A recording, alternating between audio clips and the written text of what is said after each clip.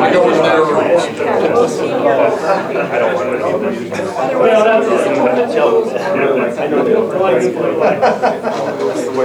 knows that.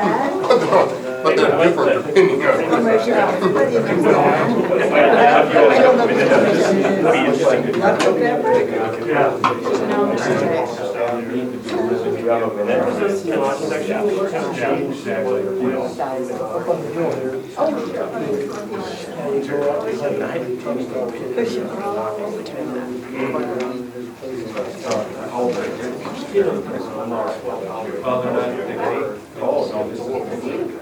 I've been able to get into the EAA graduate teaching down with them.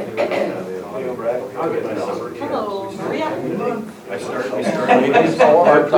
Good, how are you? So, 73-page packages or whatever. Packets. Just because the scope of the circuit, the FAA stuff, and really, we didn't want to put the whole thing in there, but it went into different task orders and that, so we did. But that's what it is. Clock slow. Yep. Well, I've already turned your recorder on, so you can thump your gavel anytime. I'd like to call this meeting to order. Now that everybody's gone. Yeah, that would be a way to do it. Yeah. 3 or 5. Okay. Just can't do 4. Okay. But if I'm one of them. Yeah. Oh, yeah. Yeah. So I guess I exactly. can't do roll Got call it, yet. got it. Okay. Meant to ask earlier, sorry. And then pledge allegiance after the roll call. Guess we'll do it in reverse order since we're right here. I pledge allegiance to the flag of the United States of America and to the republic for which it stands, one nation, under God, indivisible, with liberty and justice for all. Okay, with the quorum of the board present, I call the meeting to order.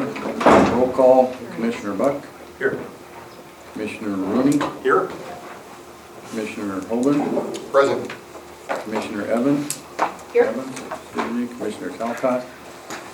And Commissioners Gutsa and Swenson are not here, present. So, next up is the consent agenda. The consent agenda is made up of routine day-to-day items that require board action that do not appear to have a significant public impact. Items may be pulled from the consent agenda for separate discussion or vote by any board member. Consent agenda includes the approval of board minutes from February 23rd, 2016. Payroll checks totaling $71,985.15. Maintenance and operations checks 22148 to 22207 totaling $290,615.33. Approval of passenger facility charge totaling $60,000. And the financial reports for February. Is there a motion concerning the consent agenda? Actually, could I ask for a clarification? If I can find it? Thought I circled on my question.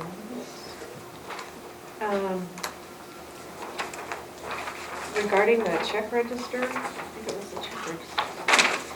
I thought I saw an item for just under $10,000 to what sounds like an advertising. Outrageous. Outrageous. Yes, yes. Was Outrageous. that the, That's our Canadian campaign. okay. Yeah, man, we're getting to the tail end of it, but we, 2 years ago, I guess it's been, or no, a year ago, we started using a Canadian ad company to help us in Canada. Give us this company is actually owned by one of the partners owns the majority of the digital billboard screens in Lethbridge. That's one of the reasons we picked them is it gives us access to those.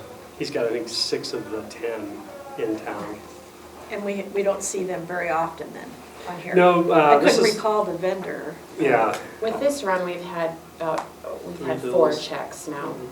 Okay. So just, you haven't seen the 4th And then they'll one go yet. away, and if we do a fall campaign, they'll come back for a few months, but Yeah, and I can't remember how they billed the ones in the past, if they did it all at the end. No, they've done They've it always done as it kind of we, monthly. but we did a couple on credit card Oh, that's true just too. with the exchange and that, so. Well, in I fact, haven't we'll seen probably one. do more of it with the credit card. We found that's actually a better way to deal with the exchange rate than trying to either have them apply an exchange rate, which doesn't work out real good, or have our bank figure out what one is. So we'll probably go back to paying with the credit card. Yeah, I didn't actually need it pulled from the agenda, I just wanted to ask. Okay. Thank you. Is there a motion? I move we approve the consent agenda. Is there a second? Is moved and seconded. Are there any questions or comments? If not, all in favor of the consent agenda signify by saying aye. Aye. All those opposed? Passes. Director's report, anything going on, Jim? Yeah, we got stuff going on out our ears. Just wanted to go through a couple things real quick. On the screen here, you probably saw in the that we had planned a meeting with Alaska Airlines. The Air Service conferences are running late this year. Last year, Roots, which is usually kind of in the U.S. and then outside the U.S., was in the U.S., and that conference is usually in March. We like to get a head start on summer and go to those March conferences, but this year was in San Juan, and it's just too costly to do. So we won't be seeing the airlines until June. So in the interim, Alaska, who we have the most, them and United, really the most at stake right now with new seats in the market. We wanted to get out and see them earlier in the year. So we talked to Alaska last week, and this is the presentation we give. I won't go through it line by line. I'll just kind of point out some of the key things in here. And one of them is in July, you can see here, most of our airlines have a major increase in their seating capacity this summer, as we've been reporting. Alaska has about 40% more seats, and United, with the addition of the Chicago flights, there about looks like about 11% more seats than they did last July. So we'll be in a much better position this summer than we were last year when we had quite a seat shortage in that time frame. And thus, our marketing expenditures this year have been really targeted towards Seattle and Chicago to try and get those additional seats sold. This is just peaking characteristics of our market. July and August, obviously, being our top peak period. This two-year period here, showing two different sets of peaks and how we kind of go out on the flatten out a little bit during the rest of the year. One of the main things I wanted to point out here is, you see, as we've been reporting, we've remained at a higher employment level now. This will be the 5th year as we get into 2016 of kind of sustaining this new above 180 boardings per year level, or 350 total passengers per year level. We're still at that level. Last year we had, with that summer seat shortage, we had a little bit of a decline. But still, I think we had at least 5, maybe even 6 record months of the 12 months of last year in the spring and the fall. So traffic continues to grow. It was constrained last year during the summertime, as we reported. Same with international traffic, still remains strong. This shows a little bit of the non-Allegiant pricing has bumped up a little bit. Demand has held steady, and the seats, as we said last, with the summer slowdown in seats, the seats were down a little bit last year. So the market's been relatively stable. When you look at the Alaska piece of this, which I'll show you, just jump ahead to that, really pertaining to their performance, they have done quite well. They have a dominant market share in many of the markets that we would expect to see them in. Seattle being the largest, they control about 96% of the market into Seattle. That's why we've targeted directly Seattle. They also are strong for Spokane, which is a much smaller market, and we'd be competing with drive traffic there. So we chose not to get into that market in particular. But they do have another city. Went the wrong way there. Another city that they do quite well in is in Portland. We're doing a little bit of advertising in there. They own more than half the Portland market share. So we are going to drop a little bit of ad in there. We've never advertised in there before, so it'll be interesting to see what kind of reaction we can get out of that Portland market. That may be something we try to do next year as they step up the seats even further, is what we have planned for next summer. The good news is they agree with us, and this is an interesting chart. I'll actually get to talk about this a little bit. The top red line is their load factor, their average load factor for the month. And what you can see is when they introduced the new seats in September, that average load factor came down right into this 70 level. And this doesn't include non-revs, so our numbers are actually a little higher than this. But you can see they went from, when we were sharing that flight with Helena, they could expect to pretty much fill it every month. System-wide, their average for Horizon, the Horizon piece of their business, is 75%. So we had always been a stellar performer with the two markets combined, because they were selling out the flights and they didn't have the seats. Once they drop it down, not only do we go below their system average, or below our average, we drop below their system average slightly. And so when they look at those reports, they go, oh, market's in trouble, market's in trouble. So we wanted to get out there and really talk to them about that, because the market's not in trouble. What you see here is the seats each day per way. This is 30 seats per day jolt, which is a 30% increase in that capacity right in that area. So it's a massive increase in the capacity in that time frame.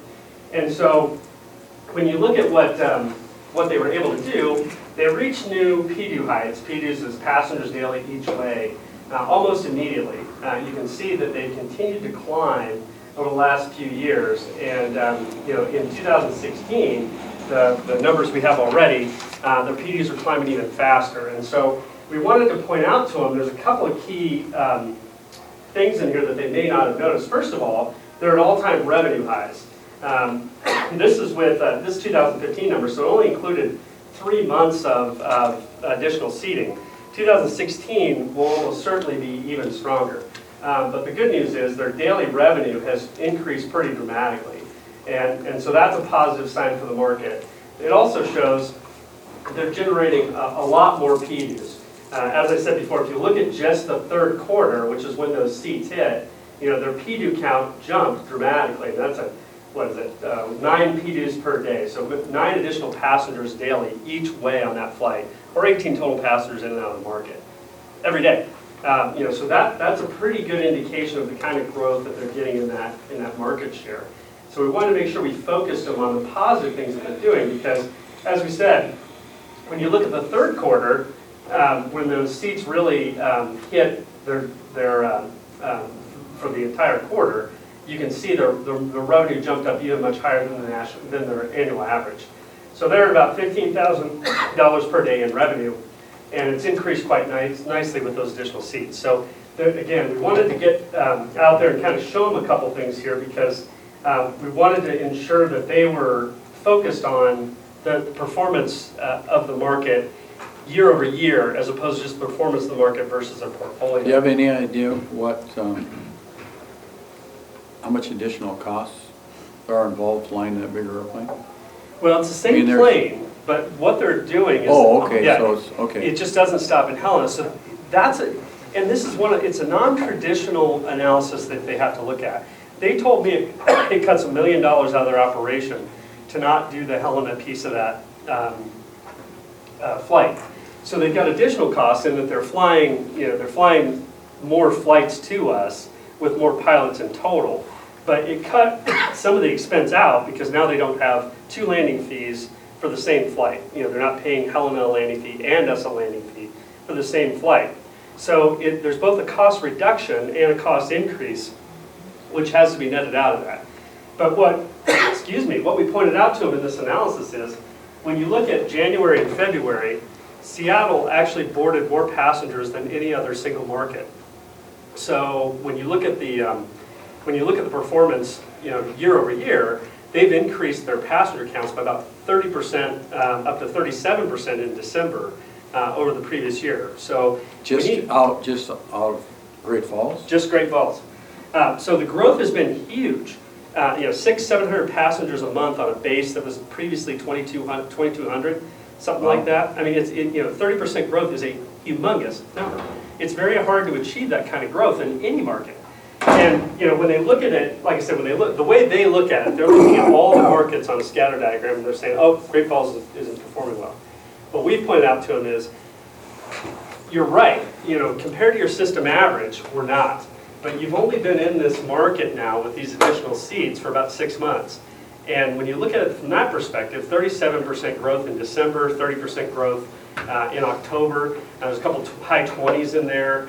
It's tremendous increase in growth and a big increase in market share.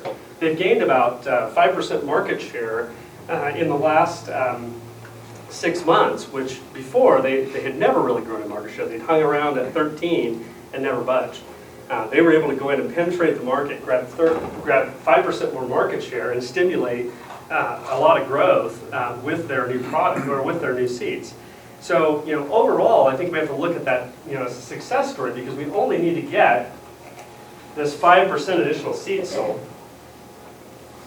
They've went out and they've actually done the hard work and they've sold, the majority of the seats they need to sell. We just need to get 5% more in the next year. And regular growth should be 2 to 3, maybe 4% per year. So ideally, excuse me, ideally we'll capture the remaining growth in the next year. So in the next cycle, we would hope to get these load factors up to their system average.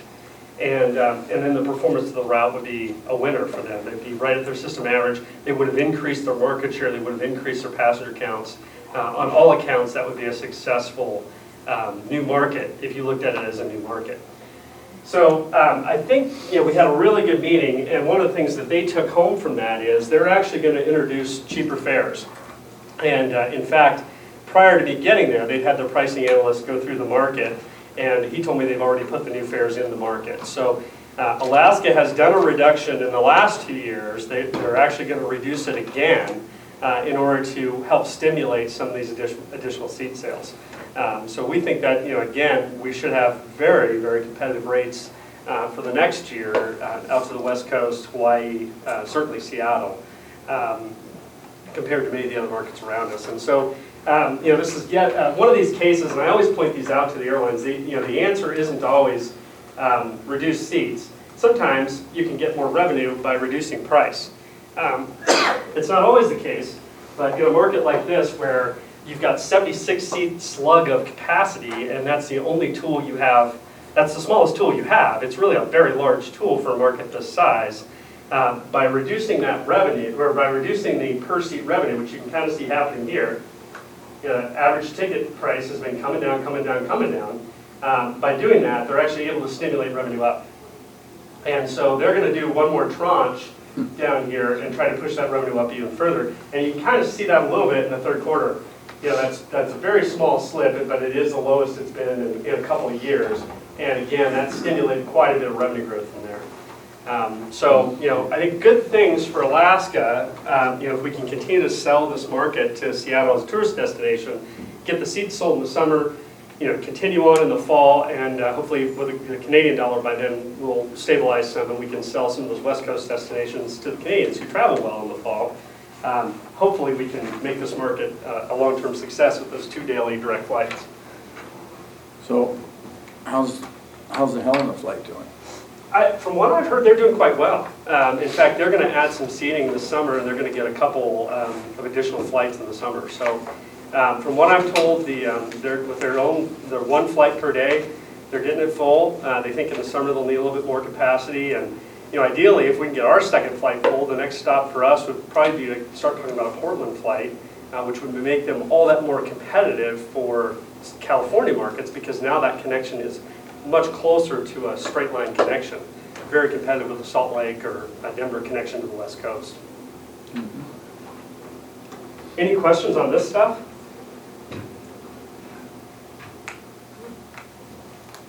This is the kind of analysis we present to the airlines once or twice a year. Oh, go ahead. When did you speak to him, John? It was a week ago today, actually. The reception from Alaska? Oh, it was great.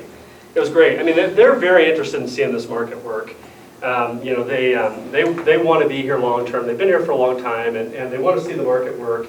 They acknowledge that they probably weren't as artful as they could have been with this pricing and the timing of additional seats. Every time I talk to them, I bemoan the fact that we couldn't get them in August when we have seat shortage. The plane just wasn't available, and so they realized that they've got to give it a little bit more time and maybe invest a little bit in a pricing reduction in order to get that growth. And I think when we kind of take the argument, we flip it on top of itself and say, okay, yeah, we are underperforming your load factor system average. I can't dispute it. But when you look at the year-over-year growth, I mean, that's what, you can tell they had not looked at it that way. And of course, they don't have any other airlines numbers, so they don't really look at market share. So when we gave them the market share numbers and said, look, you're gaining market share, and your year-over-year growth has been, frankly, incredible. 30% growth in an established market where you've been for decades is pretty good. And so when we present it that way, I think it really let them kind of see that, hey, we are being successful here. We just have to give it a little bit more time. And unfortunately nowadays, in the old days, airline schedules were very patient. It could take you 2 or 3 years to get an airline route to work, and that was okay. It's just not that way anymore. If it doesn't work the last season, you're in jeopardy the next season. And so you really have to stay on top of them with this kind of analysis to show them you are being successful. It just may take 2 years to get there. John, do you think that even with the growth in revenue, that they would consider altering their service just to get their seat mile averages or their load factor up?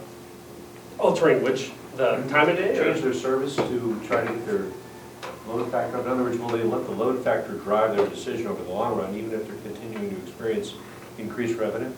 Yeah, because again, when you look at the variation between markets on ticket price, it isn't humongous. It's not 40% or anything. And so you're looking at relatively minor amounts of per seat mile revenue. Right. So the load factor is really the one variable that makes the huge difference. If you're driving that versus a 70 load factor versus an 80, that's the difference in revenue that they're really looking So at. even if the revenue is slowly climbing, if they could take those assets and put them somewhere else and fill them up, Yep. then they're better off. Exactly. And the airlines would tell you all of their profit these days is made on about 6 seats on a flight. I mean, that's it.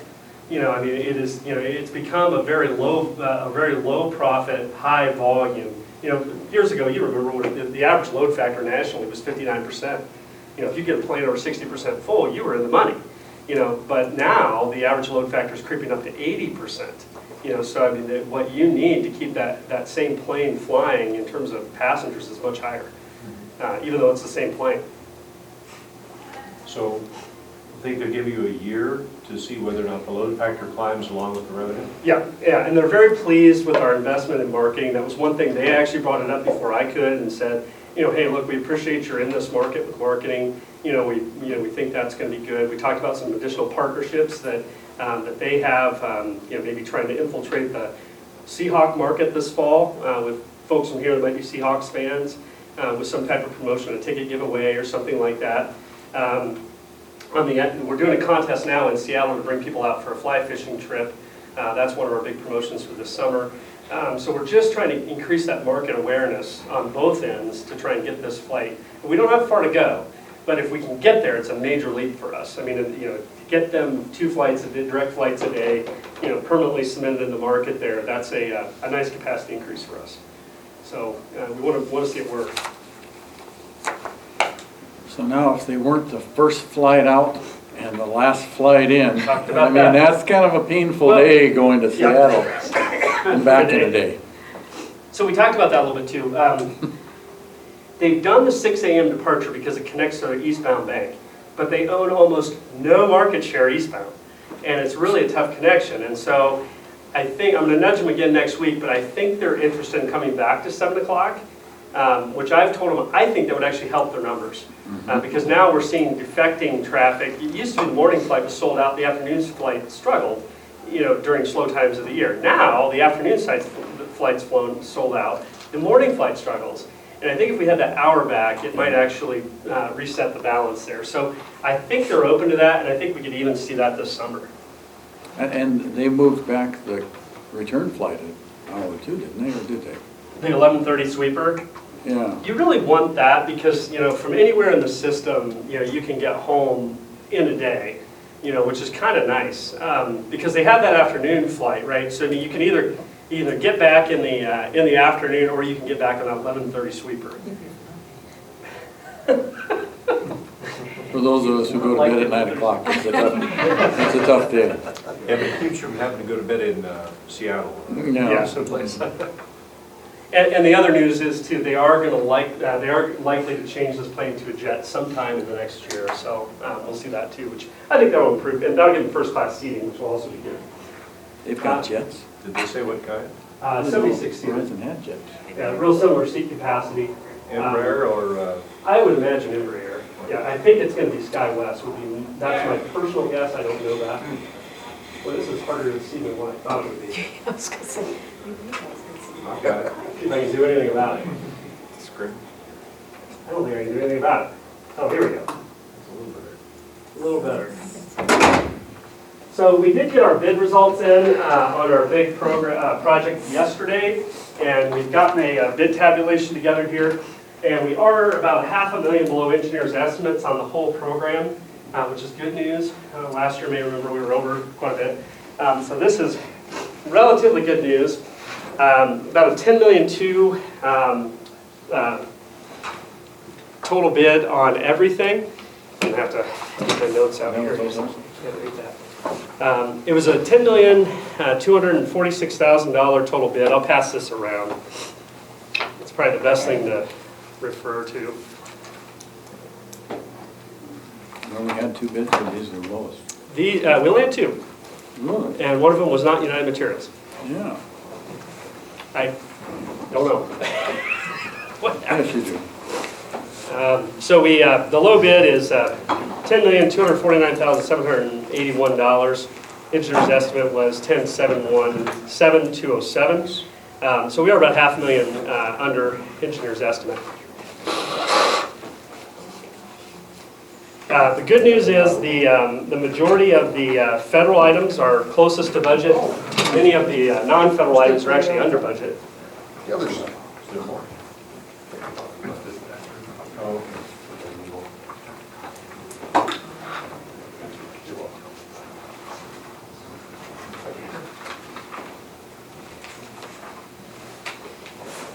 And so if you look at the very back page there, has the Excel spreadsheet, and it tells you which project elements are what.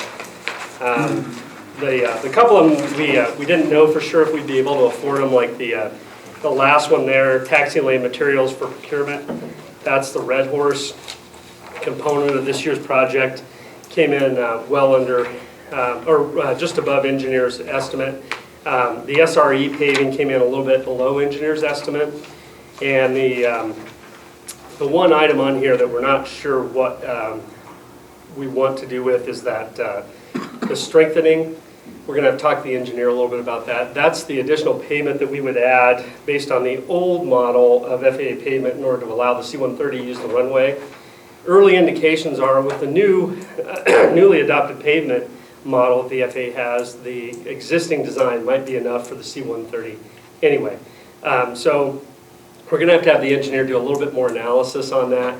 That one we may or may not recommend awarding in April, but it did come in a little bit under budget. And then lastly, we committed a few months ago that we wanted to keep 150 foot of runway. Of course, the FAA wanted us to pay for that in the bid. That's going to cost us just about $250,000 to maintain 150 feet versus 100 feet that they'll pay for. But the good news is, at $10 million, it looks as though we can afford the entirety of the program, and most likely we could probably also afford the lift station that we've talked about in previous meetings. So I'll pass around. Any questions on the bid tab here? John, only a question on the strengthening. It's the FAA that determines the C-130 capacity? So yeah, the FAA has a pavement model, and you plug in your what they call your fleet mix, the number of operations by every airplane, into the little model, and it generates the profile that you need to build. And so the FAA is in the middle of adopting a new model because they're trying to engineer a 20-year life, and they're feeling as though they've over-engineered the pavements in the past. And so under the new model, the speculation is because the C-130's gears are pretty well dispersed, it's not as hard on the pavement as previously thought, and so our existing design might accommodate the C-130 without the additional strengthening being needed. The jeopardy we're kind of in is if the FAA came back, 10 years from now and we had failing pavement out there, let's say at the landing point, which is where you're most likely to get it, and they said, well, that's all because of the C-130, they might make an attempt to not allow us to use federal dollars to repair or recondition the pavement. And so that's kind of what's at risk, is we need to make sure that we've got a service out there that is going to hold up to C-130 usage, and that we're not opening ourselves up to that. However, the engineer does think there's a possibility that we wouldn't have to do this additional section. So there might be $170,000 in savings there that we can realize over the next month. That'll be one of the engineer's responsibilities, is to make a recommendation to us on whether or not to award that piece of work. Everything else, I think, I'm fairly happy with, and I think we should award the remaining portions of the work. Getting the SRE yard, if we, it's discretionary, absolutely, we could live the way we are, but given the oil prices that we're in right now, now's an opportune time to get that paved, I think.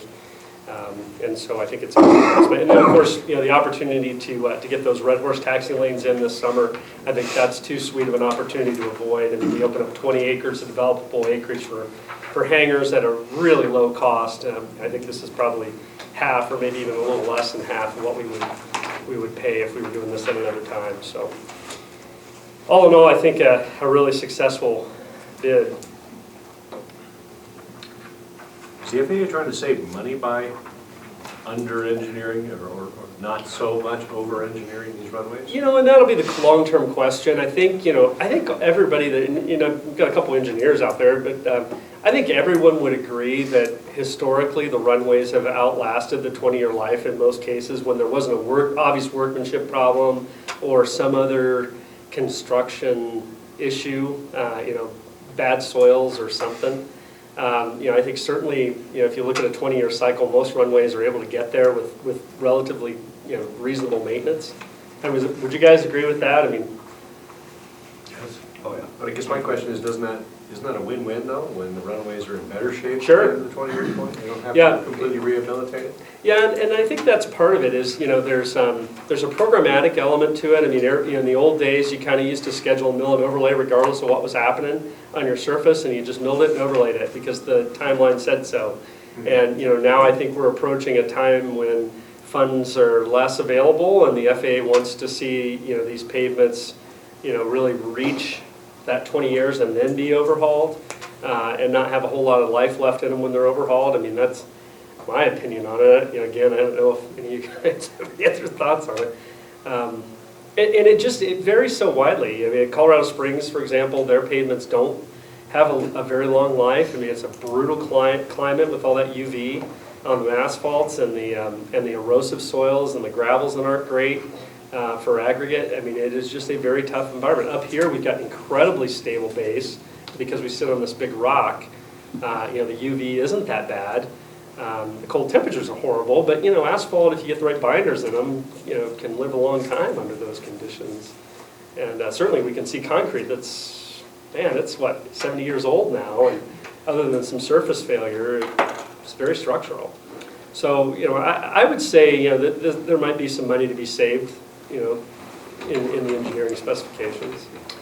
And the cost of beefing up the touchdown zone for the C-130 was about $170,000. Would that be because it'd be replaced with concrete, or would it just be more? It's a thicker thicker section of asphalt across the entire main line. So I think it's about 1.5 inches when it runs, 3/4, half inch additional pavement across the line. And Full length though, full length of the runway. Yeah. full length, or why not just do the touchdown zone? The FAA has never adopted that. The military does, concrete landing pads and things like that, which, there's some merit to that. I mean, certainly the joints are hard to manage when you switch from concrete to asphalt because water will get in there. It's a good question why the FAA has never really had an affinity for beefing up where the majority of the stress is. I don't know, have you guys ever talked to the FAA about that, or? In the old days, they used to, Is that right? yeah. But then they changed it and went more uniform section all the way, full length. But the military still adopts that touchdown zone, heavier pavement. Yeah, and if you watch at the bigger airports, the touchdown zone seems to vary more by where the guy's trying to go and all kinds of things. But it is. I mean, it seems like there could be some merit to that to me, anyway. Yeah. The only other question I have, John, is, am I seeing this right? Is that a $1.5 million difference in the bids. Yeah, Mhm. yeah. Any idea why? Well, there isn't any Just local costs? aggregate. Costs or? There isn't any local aggregate. So I don't know how either one of the two are planning to, neither one There of them. isn't any local aggregate. Well, neither one of them has a local site to dig. So maybe one of them has a better idea of how they'll get their gravel than the other one. So somebody's costs are just higher, it's not that they're looking at it in a different way in terms of engineering it or producing it. And they're higher across every task too, which, just tells me that, their material costs might be higher, maybe their labor costs are higher, but, yeah.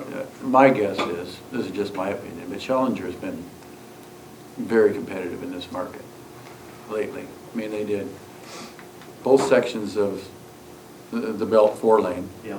They've done a bunch of the Interstate 15 going north, and actually they did 15 going south, and so they've got the aggregate, they've got the pits available, so they're very familiar with this market. So they've got some efficiencies that allow them to operate at lower cost. They like it here. Yeah, they've kind of settled in lately, and they've got pretty much gotten every big job around here, so they do have it figured out. And then I would, Estimates are not science.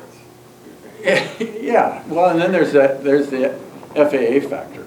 Yeah.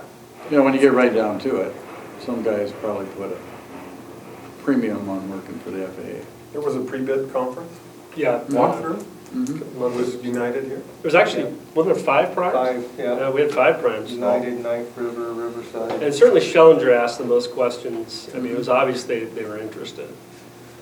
They're both very good operators. Very good operators. So I think, this is good, and the next steps is the FAA has been sent this information. They'll be putting together a grant offer, and at the April meeting, we'll bring forth both a grant offer to accept and a contract to award to the low bidder, presuming these numbers, all hold up okay. But we looked through the subs, and the subs there weren't any surprises there. All pretty well-known companies. So, Alex Electric and, who's done work here many times. yeah, they've done most of the work. Yep. So I think chances are. Alex Electric, Oh, yeah, Missoula, they've done almost the whole airfield. Yeah, that's their specialty. Yeah. So I would suspect we'll be back in April to award this contract to Schellinger and also accept a grant from the FAA for the project. So that's great. Like I said, the funding side of it looks better than the worst case, which we showed you a couple of months ago. This gives us a few $100,000 more of buffer. It's still going to draw us right down to our reserve minimums. And there'll be a lot of timing in there of monthly cash flows. Obviously, it's very difficult to project the monthly cash flows on a project this large and how quickly we'll get reimbursed by the FAA. Typically, it's fairly quickly. But the month-to-month management of the reserves will be close. We're projecting that this year we'll end the year right around $3.5 million in reserves when we get to July 1st. Next year, with the draws out of the account, we're planning to be, by the end of next year, be all the way down to $2.2 million, given the amount of the program that we're planning. You can see down below where I have expend. We've also got the lift station in there at $250,000. Should we choose to go forward with that, we're just now starting design on that. Ideally, we'll, if everything works out well, we would construct that this year too. But this is sort of the maximum program estimate of everything we plan to do is in that lower section there. And given that all of our PFC collections now in excess of what's spent on debt reimbursement for the old terminal ramp project will now be used for the runway for the next 4 or 5 years. That's the plan for the PFCs. In addition, the CFC fund owes us some money for work that we did this year. For the next 3 or 4 years, we'll be using all of our rental car CFCs towards reimbursing ourselves. And the airlines owe us a little bit of money for projects that we've been amortizing over multiple years too. We expect the flow of funds will be enough to keep us above 1.5 to 1.8 million, which is kind of the level we set several years ago as the minimum budget for reserves. But we will be drawing right down to it, and we'll likely stay drawing down to it for several years until the airlines get us all the way paid back for the projects that we're amortizing. So we're looking at 4 or 5 years before we really recoup the reserves back to their normal levels, barring anything new like a retail development or something like that that might help the cash flow that we're not currently projecting. So it is a multi-year drawdown. This is a massive project, the largest we've done in nearly 8-9 years now. And I think it's a good time to be investing our reserves this way. We're making very little on our reserves, and we're in a cycle now where we have the opportunity to be debt-free in 6 to 7 years. And so by not taking on additional debt right now, I think we're setting ourselves up for a really good financial situation in a few years. So I think it's a good time to invest. We've got our rates low. Revenue still is holding up very well, and I think this is a reasonable plan. Okay, good news. Yeah. And then lastly, the only other thing I was going to mention is I did circulate some information around to the art committee, and I didn't hear back from a couple of you, but I did hear back from Brad. The next step, we did have some interest from a community group that was interested in funding a piece of art up here. They've gone back to their donors and they're not interested in that at the current time, so we're kind of on our own. But what I was recommending is that we come back to the board with a proposal to put out an RFP with a budget of about $30,000 to acquire 2 pieces of art for the 2 islands when you come in, the Buffalo Island and the island immediately across from it. And what we had presented as the concept was a new buffalo. Our painted buffalo is coming apart pretty badly. We'd like to get a metal buffalo in there that would be a more permanent fixture, and then across from him would be a bear watching the buffalo, standing up in the other island. And so that was kind of the concept. And ideally, we'll come back to the board with a request to put out an RFP at the April meeting, and then get an RFP out to the public to see if we can solicit some people that'd be interested in doing that work for us. And I think we'll, in the next month, hopefully get one more round of emails around through the committee to make sure that works in terms of budget and everything. But that's kind of where we are. There for a moment, it looked like we had some investors that were interested in putting some art up here, but they've decided not to at this time. So unfortunately, that's not there. Any immediate thoughts on the idea of an RFP? That'd be a lot better than that devil horse they have down at DIA. Yeah, the blue horse, big blue horse. Big blue horse. I bet you could probably get that for $10 if you really Oh, wanted it is a really big piece of work. Does it have to be a buffalo and It a doesn't. bear? Yeah. Can you put that in the RFP? They're open to Yeah, clever suggestions? sure, we can. I Absolutely. mean, I don't, That's how they got the horse. a little bitter? What you asked for. I suppose it could be a bison and a rustler, couldn't it? There you go. Yeah. Or 2 bison. All right. I don't know, just as a thought, I just. Yeah, sure. Just hate to hamstring them in case there's a. Yeah. A better idea out there. I'm artistically retarded, so I have no idea what that would be. Yeah, we can but, certainly leave it open. You know, Yeah. Absolutely. Well, we can definitely consider that all. And, I can float that around, to everybody too. I was hoping, Dick mentioned he couldn't come today, but I was hoping we might catch up after. But, yeah, we can certainly leave that open. And that's all I've got. that's all you've got. Yeah. Okay, next item on the agenda is the election of officers. I would just like to note that the good news for the elected chair and vice chair, they'd only be responsible for 9 meetings instead of 12. So, Trying to sweeten the deal. yeah, trying to sweeten the deal here. It's kind of a 3/4 job instead of a full-time job. But you only have to go to the end of the year, then we change again in January. So, but if at this time, is there any nominations for the chair's position? What's the pleasure of the board? Well, I'd like to nominate you, Brad. Are you willing to serve? Only because it's a short year. There you go. Sold. Yes, I'd be willing to fill out this year, but certainly not. That would be it, because that would be 3 years for sure. I'll second the nomination. Are there, it's been Moved and seconded. moved and seconded for a third term for me as chair. Are there any other nominations to come before the board? Are there any other nominations to come before the board? Are there any nominations? You sound desperate. Sound desperate. I think that's what the book says. Hearing none, we'll take a vote at this time. All those in favor of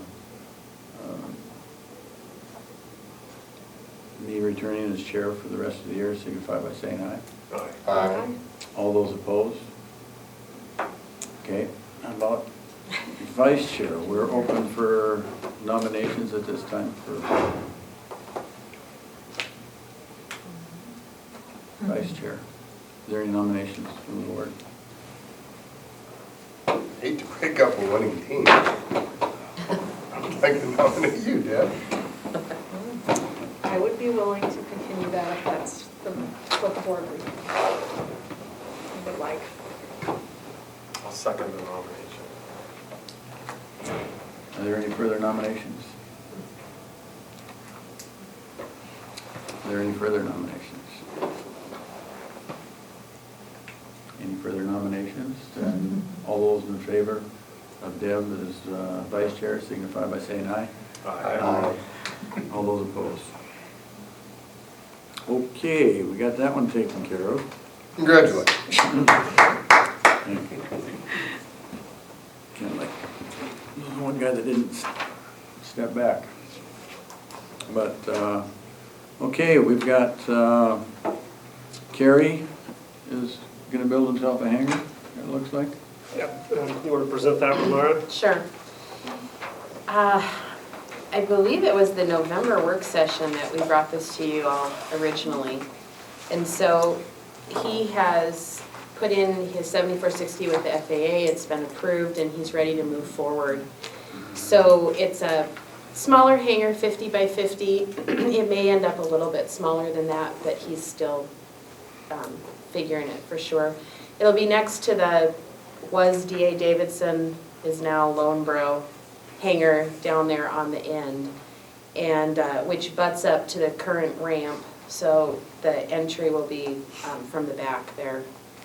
And it's a pretty small little piece, so it'll bring in about $650 with ground rent annually. But it's nice to keep, I guess, the hangars moving forward. So we actually have another one that'll hopefully come next month as well. He's waiting for his 7460 to be approved. So it's nice to see that growth happening. And just for those that aren't familiar with that area, we're literally shoehorning people into less than ideal sites right now. And that's, once we get this taxiing lane built, we're going to have 20 acres of flat land with, you know, really developable sites. And so our hope is that interest will continue to move forward into these new sites as we get them available. Yep. So we'd recommend approval for him to move forward. Any questions?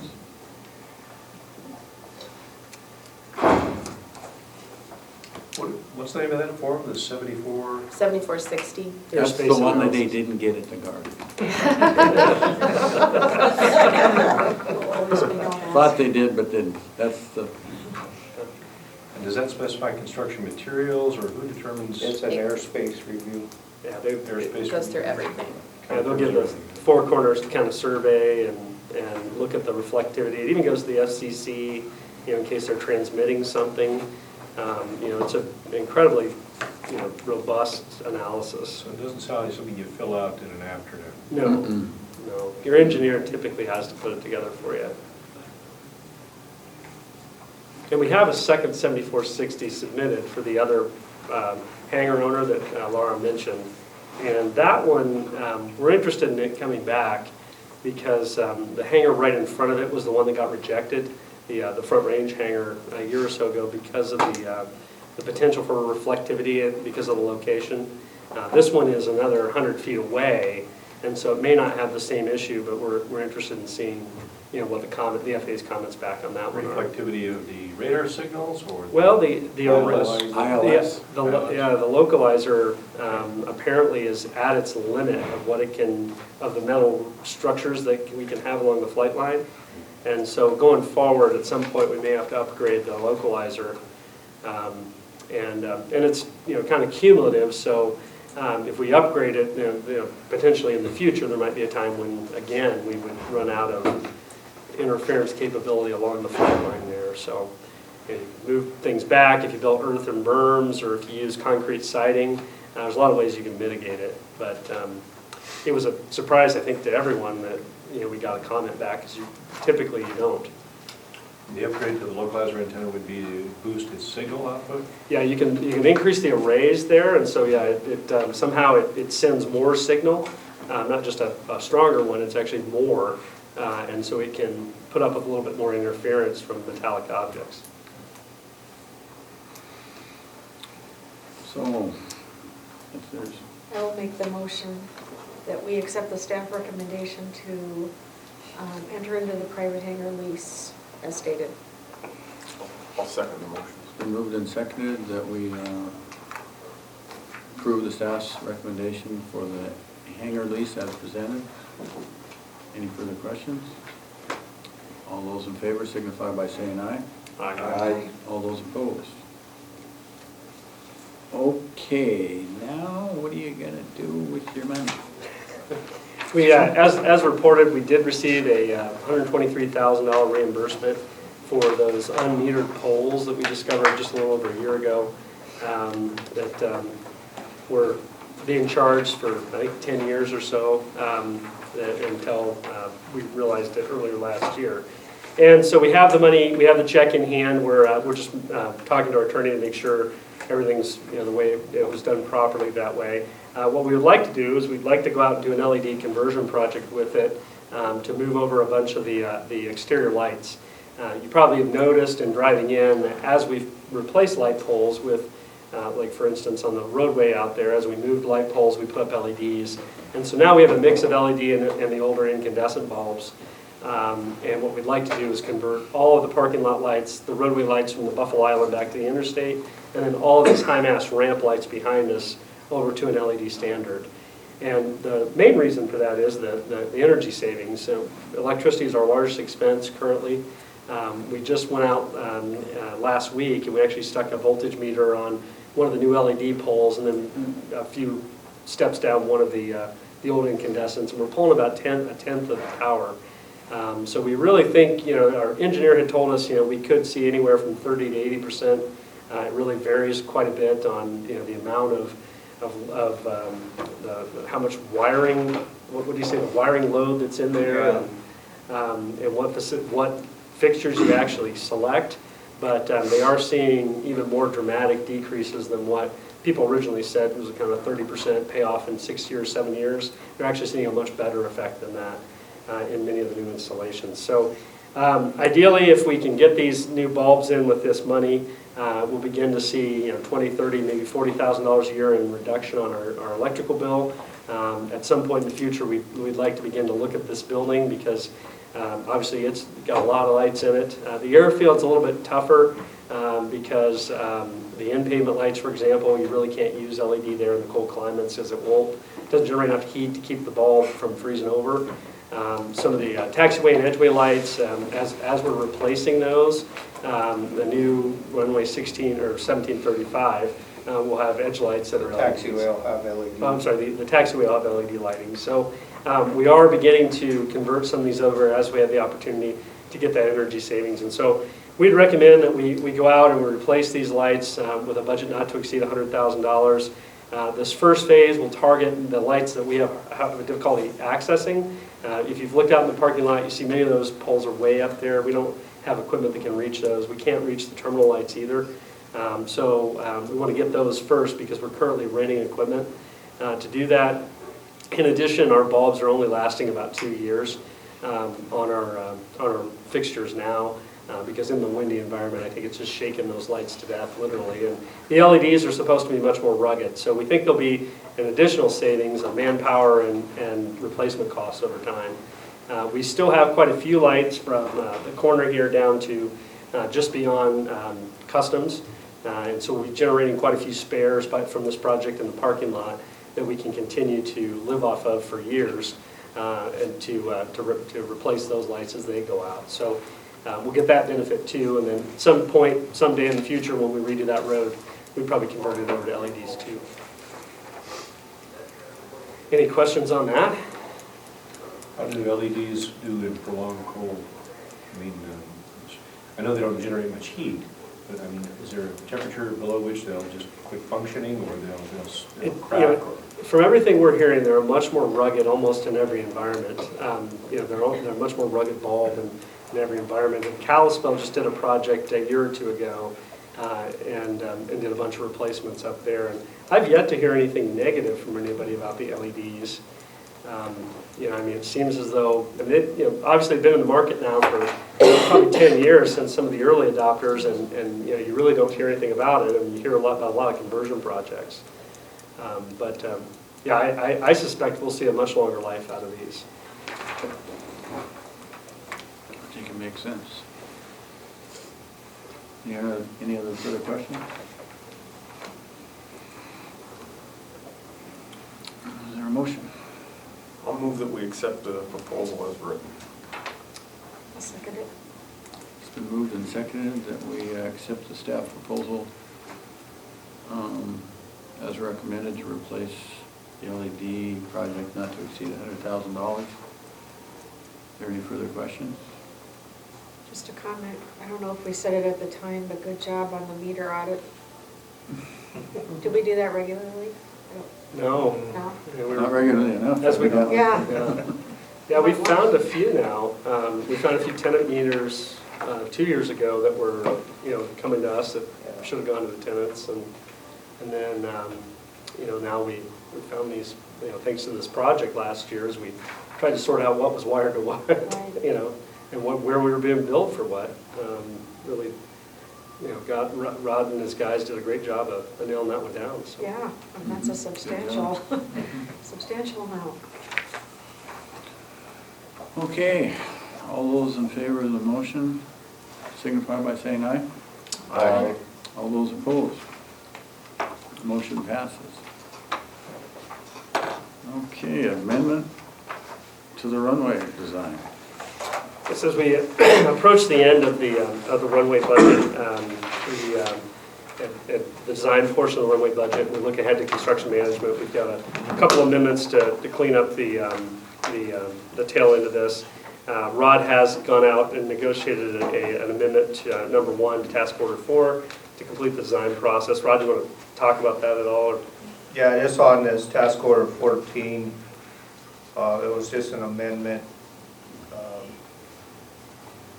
Actually added 73,000 to it, to the existing task order 13. We did the IFE, independent fee estimate, through another engineering firm, and they came back higher than what CH2M Hill did. So we just kind of checked the numbers and everything, and we left it at CH2M Hill's proposal. So I think it was a fair, I believe we're about 10% different. The IFE was 10% higher than what CH2M Hill was charging. So. And this work was, you may remember, we had to ultimately phase this project out, and we weren't sure based on how much funding would be available for the FAA, how the project would be phased. And so as we got closer and closer to the project, design completion, the FAA kind of gave us a budget, and we included the C1 changes to taxiway C1 and D4 the two connectors into the final design package here. And so that's what this is paying for. We, next year, we'll construct the new connector C1, which will bring you from 321 onto taxiway C. In the interim, we're going to have to access taxiway C via runway 725, which will be taxiway Zeta, I think is what you guys came up with. Zulu. Taxiway Zulu for 1 year until we can get that connector piece built. And then we're also building B4, which this was because the geometry of the new taxiway C is too close to the existing B4. Maybe you could describe it better than me. Well, the B4 will eventually connect a taxiway B, which would be a parallel to runway 321 on the opposite side of, well, between FedEx and the taxiway Charlie, the new taxiway. So they're just building that intersection as part of this project for a future expansion of building. And this will prevent us from having to close runway 16 when we build the eventual B4. Right. We want to get that pavement stub out of the critical areas It'll be there. out of the way of all the taxiways, so we can eventually build the Bravo, but that's a long ways down the road yet. So this work is included in the bid schedule we just looked at, or it's not? The design is, this task order was the final design of that stuff. Yes, and this design was included in the contract documents that the contractors bid from? Or is this a project for next year? This is a project for next year. Okay. Yeah, the FAA wanted to get the design complete so that, you know, we knew what the full program amount was. We weren't sure how much money would be available. Hopefully, I mean, well, ideally, you know, there would have been enough money to build everything in 1 year, but there wasn't. So we did the design work. We packaged the project together, and so it's going to end up being a 2-year construction project, but all of it is designed. And the $70,000 represents a bit more construction in the next year than previously anticipated? Design. Design. Yep, just Yeah, design. just design. It's just nothing, none of this is for construction. I was going to say that's pretty cheap construction. Yeah, I think if you look for, that'd be 2018, right? Yeah, and so we're expecting that'll be almost a $4 million program. Yeah, and so we've got, if you look at the capital program and reserve balances, looks like we've got $400,000 set aside for this work, which is our 10% share of the $4 million.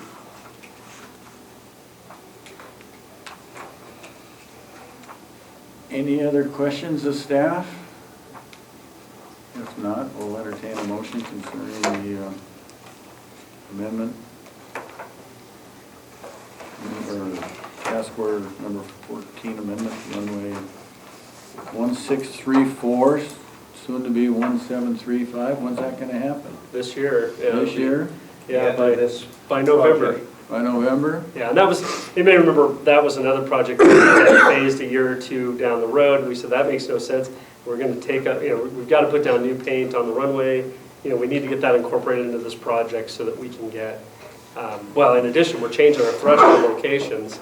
So what would have happened is we would have had to fly the new thresholds under 1634, and then inevitably would have had to fly the new approaches under 1735.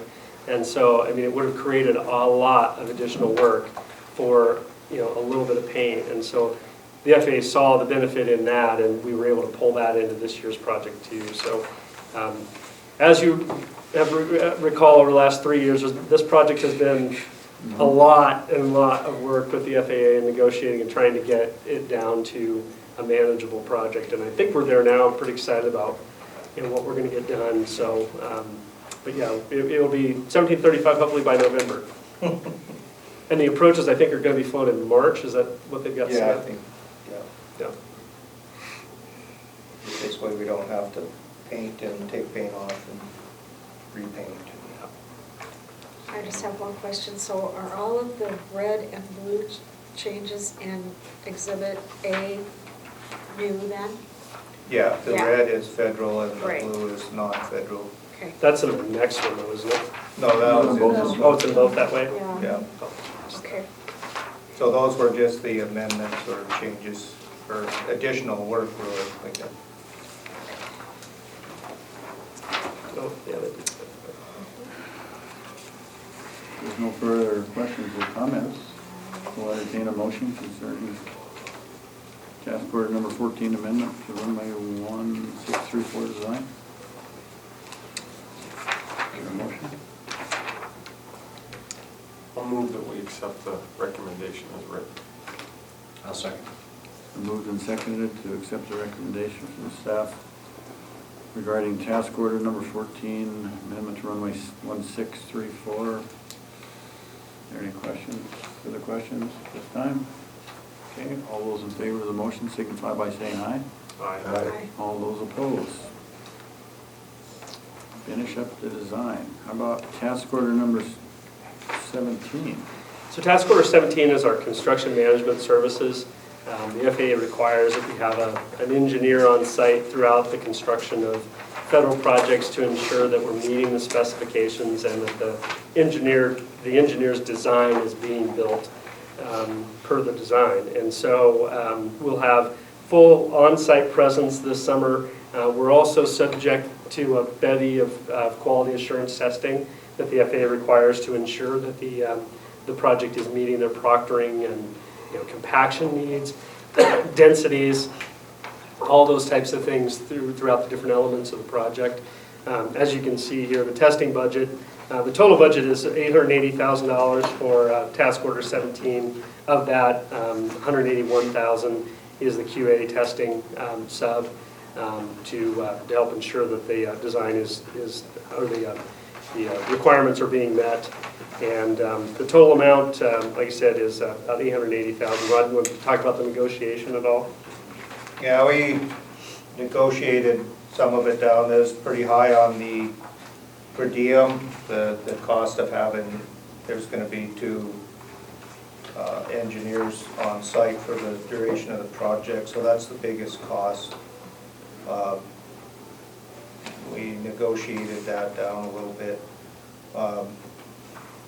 But the outside services, the testing and that stuff, it went a little bit higher than the engineer's estimate, well, about 34,000 higher, but we were able to negotiate down about 22,000 off the labor and the expenses, so that's why it's a little bit higher. So it came out at $857,794, and that covers all the construction management, from the inspections in the field to all the record keeping and Pay application pay preparation. applications and all the paperwork that goes along with these. So when you go get a third-party opinion on what these engineering tasks should cost,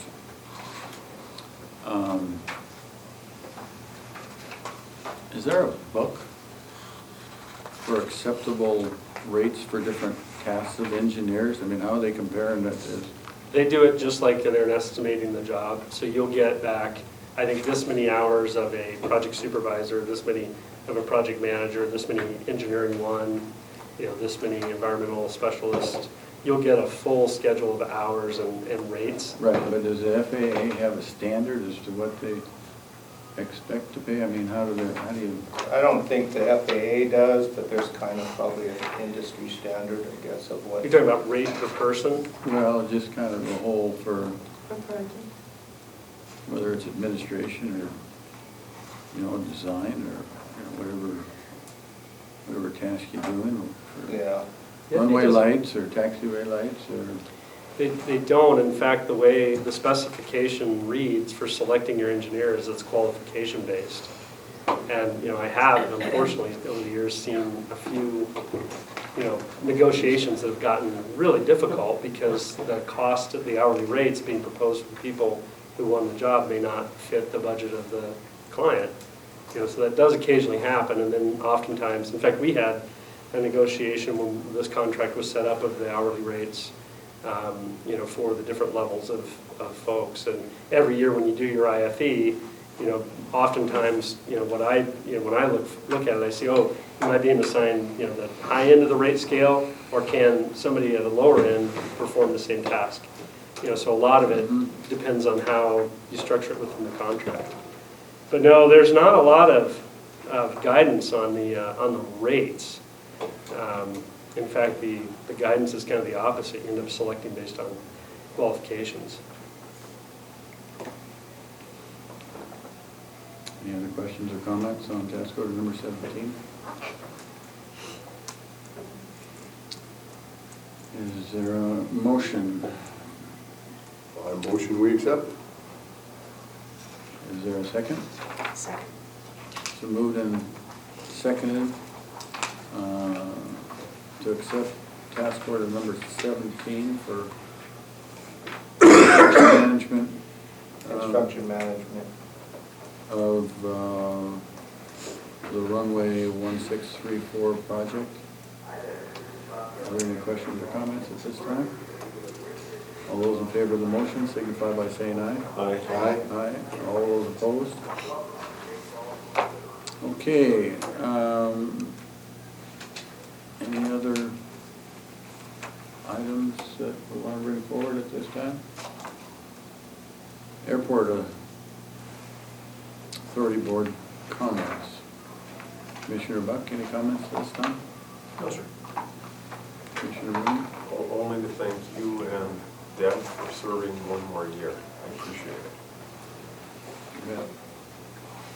I'm very impressed with John and the entire staff on how they're putting this $10 million project together, and the help of our consultants and so forth. It's, I feel I've been very well informed, and it looks to be a very good project. Oh, thanks for that. All right, Commissioner Evans.